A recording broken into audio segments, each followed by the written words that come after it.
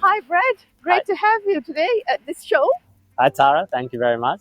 All right. Okay. So we want to talk about Apate and the solutions that you bring to the telecoms market. So first off, do you want to explain your suite of solutions and how it helps telcos? Yeah, sure. So what we always say is we're building an army of bots. And we use military language quite a lot because we do think we're in a bit of a global war against scam. Okay. So the use case for our technology is really to prevent, disrupt, and provide intelligence around scams and frauds globally. And we do that with telcos by essentially putting these thousands of different bots, these AI bots, out into the firing line of scammers. We proactively get them to engage with scammers over voice calls. And what these bots do is they sound exactly like me or you. Mhm. They're convincing to the scammer that it's a real victim. So the scammer thinks it's talking to a real victim. But really what we're trying to do is we're extracting a lot of the intelligence around the scam that's happening. Their tactics, their techniques, their procedures, the bank accounts they're using, crypto wallets they're using, all of the infrastructure that they use to run their fraud. And then we provide that intelligence back to our telco partners, but also to banks and governments and regulators too. All right. Okay. So the Gen AI part or the AI part, where does it come into place? Does it come at the point where you create those bots to, with some degree of conversational intelligence so they can sound really human? Is that where the AI portion comes in? Exactly right. So we have a library of thousands of different bots, different ages, different genders, they speak different languages, they have different slang. Some bots are aggressive, other bots are very, very timid and they're very, very shy and they don't really want to give away any information. They think, oh, I'm not sure about this. Maybe I need to ask my mum or maybe I need to ask my dad. And then essentially what happens is all of the bots have conversational context around the particular scam. They've been trained on scam calls and scam data. But not only that, they have something what we call a shared mental model. So they understand what's happening throughout the bot network. And they're essentially competing against each other to get the best outcome out of the call. Wow. So how do you guys create these bots? Like, how do you guys train these bots to be so intelligent? Do you basically record from real people and then you model upon that, or do you actually program everything bit by bit to create that level of intelligence? So I think one of the beautiful things about generative AI and reinforcement learning is that the longer that our bots are out there in the wild, the more that they're learning about the scam typologies, the scam tactics. And the more data that we're ingesting, then the better we can train our models to understand exactly what kind of scams we're combating against. But this is something that we have spent years developing. So initially, this was a project that started at a university in Sydney called Macquarie University. My co-founder is a professor of cybersecurity there. And we spent years and years developing this product. So yeah, it's really gotten to a stage where it's commercially really, really a solid product. Yeah, okay. How long does it take for you to customize? Say you want to bring the solution from one region or one market to another. How long would it take to customize to that particular region? Because obviously the scammers would know, right, that these people that we are dealing with are speaking certain lingo and reacting certain way because they come from a certain region. And then if they want to scam people from another region, they would actually be able to identify. So do you customize those bots to now reflect the tendencies from, a new region where you are bringing the solution to?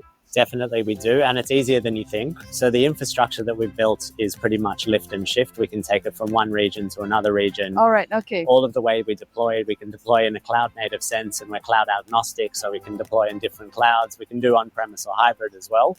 But essentially, when it comes to new languages, that's very easy for us to do. We do spend a little bit of time localizing the language. So making sure that the slang sounds correct, making sure that the bots sound like real victims as well. So yeah, it's a very, very easy thing for us to do. Wow, this is really amazing, and it's really interesting, especially I think all of us at some point in our lives, or maybe sometimes on even weekly basis, monthly basis, we do get, calls from scammers, and we are like, sometimes it throws you into a rage. These guys come in at a time where you're already trying to see whether this is legit or this is not. And you really would like the operators or the ISPs to have such solutions where they can identify and they have the intelligence needed to identify these kind of scams. So maybe you can take us through the solution? Sure. Yeah? Okay. Sure. So let's do that. Okay, so here's a few of our bots in action, as we call them. So as I said, different ages, different genders, different personas, they use different lingo, and they adapt to the specific scam type. So we have lots of these. These are all of our different personas. I'll stop on one of our personas, which is an Australian persona. Mm-hmm. This is a particular scam, which is a very, very common scam, which is a merchant scam. In the case, this is an Amazon scam. So what the scammer is doing is they're trying to say, we found a fraudulent transaction on your account and we need to clear this transaction to make sure that you don't get charged. My name is Dayton. How are you today? Hi, I'm doing okay, thanks. Sorry, where are you calling from again? This is Dayton from Amazon's fraud department, sir. The reason for my call today is that we flagged some suspicious activity on your Amazon account. I would like to verify with you whether have you authorized a purchase of $999.98 for a MacBook Pro to be delivered to an address in San Diego, California, sir?